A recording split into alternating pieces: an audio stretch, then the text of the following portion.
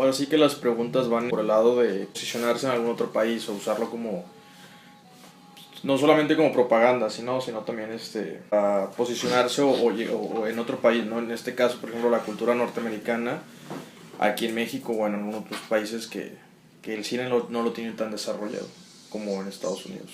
En cuanto al tema del cine como soft power de las potencias mundiales, ¿usted cree que realmente sí desempeña un papel importante, al menos de usarse para posicionarse en ciertos países? Sí, ¿por qué? Pues porque te están enseñando todo en un American Way of Life, en el caso de Estados Unidos. Y es una forma de culturizar a la gente o de educarla. No sé, Sí, de hecho sí, lo sigue siendo, ha sido históricamente y coincido.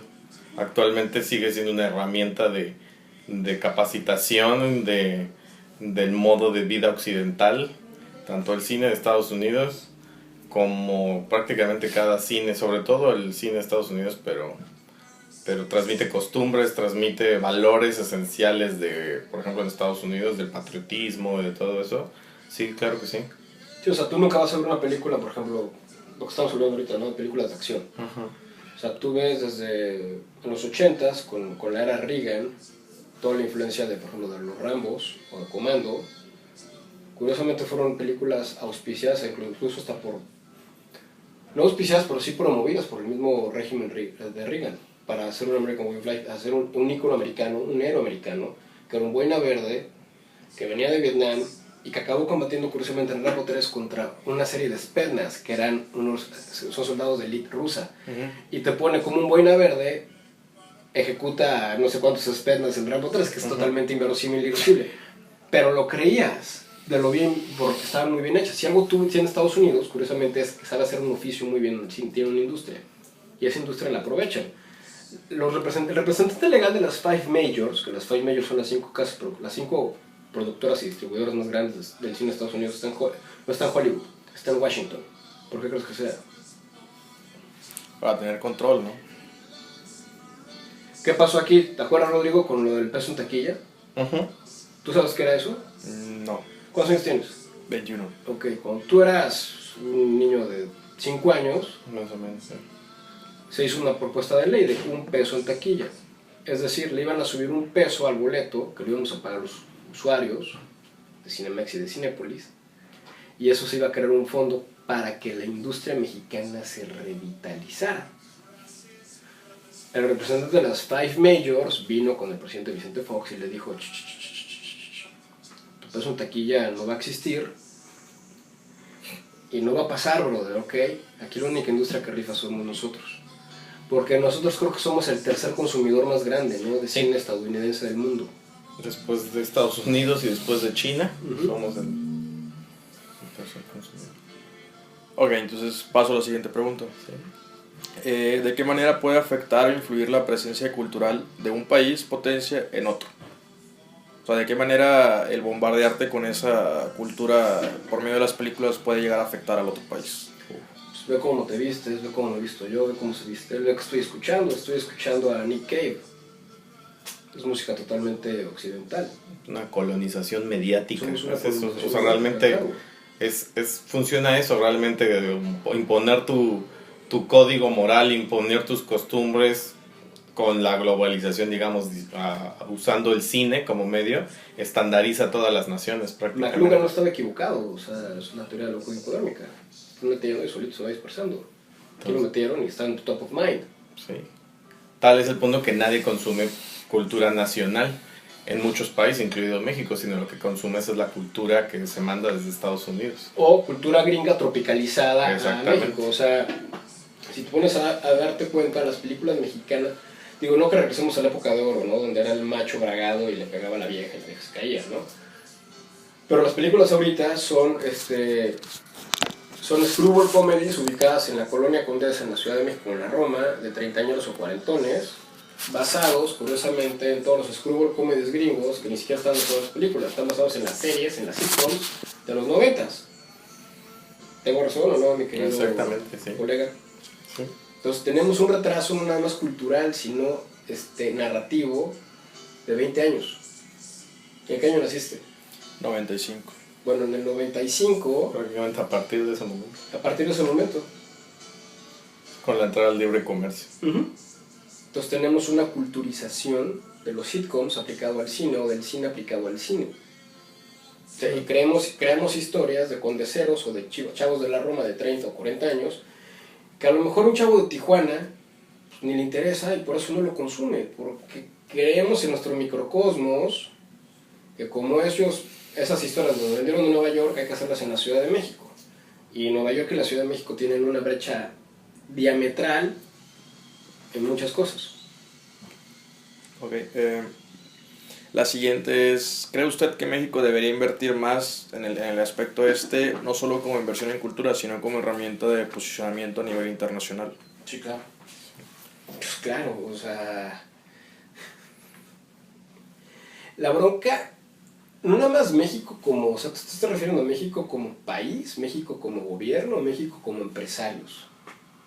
Porque el cine en Estados Unidos se mueve a través de la IP, porque es un negocio. California es la sexta economía del mundo, en parte por el entretenimiento. No, pues más que nada como país en general. En México la tenemos, o sea, están los fondos a los que tú puedes acceder o accesar a través de IMCINE.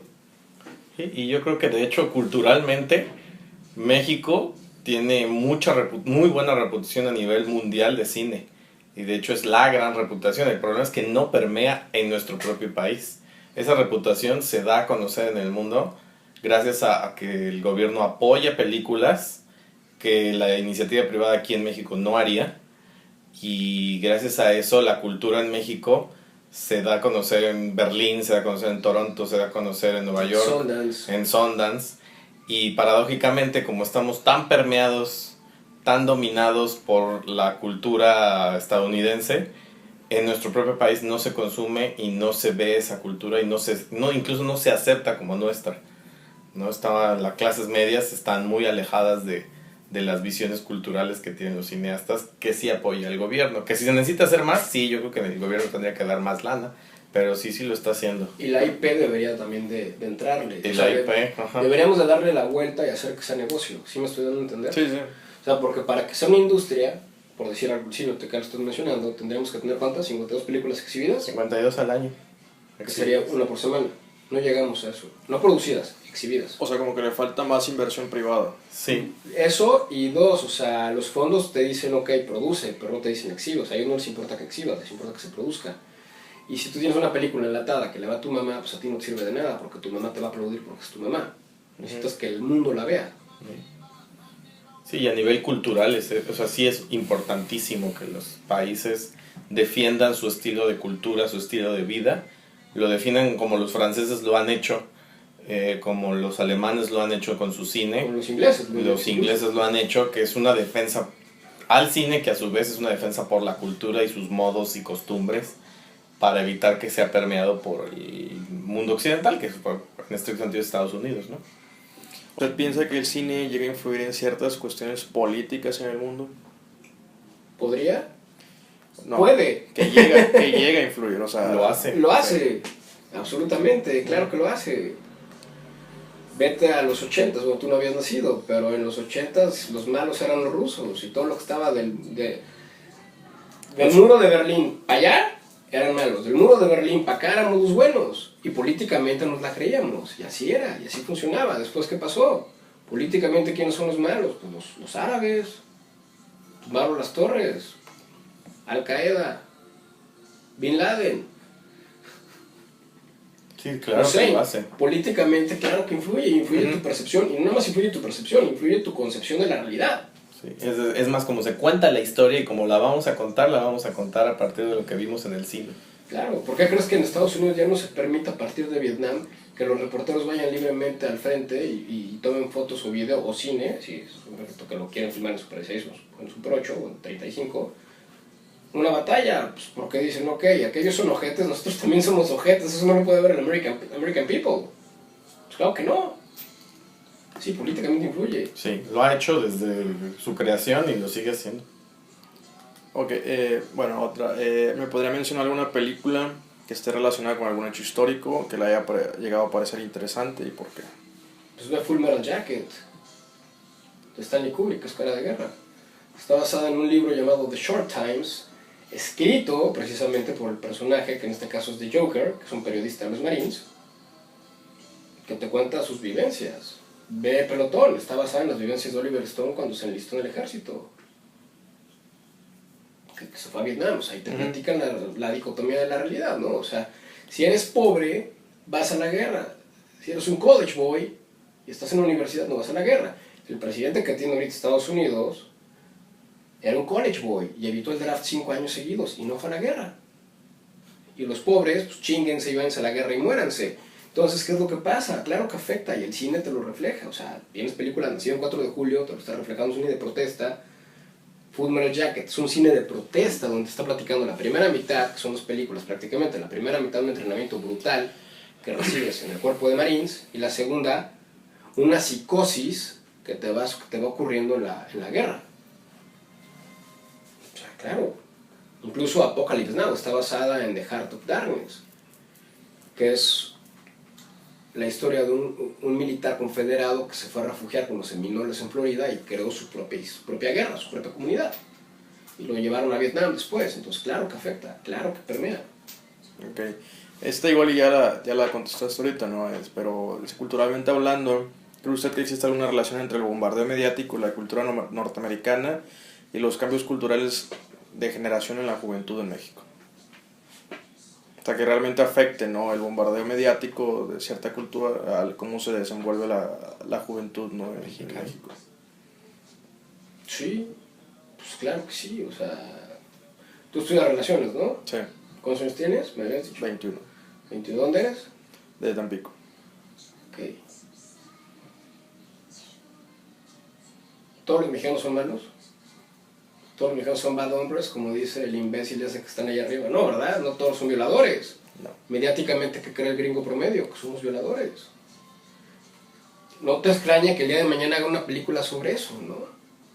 Sacándose una película, Los soldados secretos de Benghazi, ¿no? O sea, 13 soldados que se fueron a un compound, estaban en un compound de la CIA, que aparte no eran soldados, eran contractors, que son asesinos pagados por la CIA, pero ahora son héroes cuando cometen crímenes contra la humanidad que ni siquiera aplican las reglas de enfrentamiento normales. Entonces, o sea, claro que pasa, pero ¿quiénes son los malos? Los de Benghazi. Estos 13 güeyes son héroes. O sea, claro que te permea, y te permea la realidad y te distorsiona la verdad. Y por ejemplo, agregando eso, Monsiváis dijo que la generación mexicana que viene desde 1980 la considera los primeros estadounidenses no nacidos en México de la historia. Los primeros estadounidenses no nacidos en Estados Unidos de la historia. Porque eso quiere decir que todos los mexicanos que nacieron después en 1980 para acá están tan permeados, tan empapados de la cultura estadounidense que prácticamente se comportan, consumen y piensan como estadounidenses sin haber nacido o pisado ni siquiera Estados Unidos. Monsiváis sí lo tenía muy claro, como las tradiciones de Estados Unidos se han ido metiendo o se han metido en las raíces del pueblo mexicano a tal punto que los jóvenes son los consideran los primeros estadounidenses no nacidos en Estados Unidos de la historia. De tanto bombardeo mediático. Exactamente. ¿No? Si yo te contara que las 2 bombas que tiraron en Hiroshima y luego en Nagasaki no tenían ya necesidad de tirarse, ¿lo creerías? Sí. Que Harry Truman mandó tirar 2 bombas en poblaciones civiles que ni siquiera tenían absolutamente nada que ver con la milicia. Es más, no había ningún soldado en activo en esas 2 ciudades. Y las reventaron solamente para demostrar a Rusia que tenían la bomba. Porque Rusia iba a entrar por el otro frente hacia Japón ya. Eso es terrorismo. Nosotros vemos que no, pinche Japón estaba cabrón y los japoneses eran locos y los kamikazes. Los kamikazes era porque ya no tenían autonomía, entonces no se quedaba otra más que embarrarse porque ya no podían regresar, ellos lo sabían. Eso nadie lo sabe, bueno, sí lo saben, pero todo el mundo dice, no, se aventaban por locos. No mames, haces más daño regresando y volviéndote a cargar de bombas y volviéndote a ir de nuevo que incrustándote con un avión, pues tienes que estar estúpido, a menos que lo creas eso. Es lo que creemos, ¿por qué? Porque es lo que hemos visto en el cine, es lo que hemos visto en las series, es lo que nos han contado a través del cine.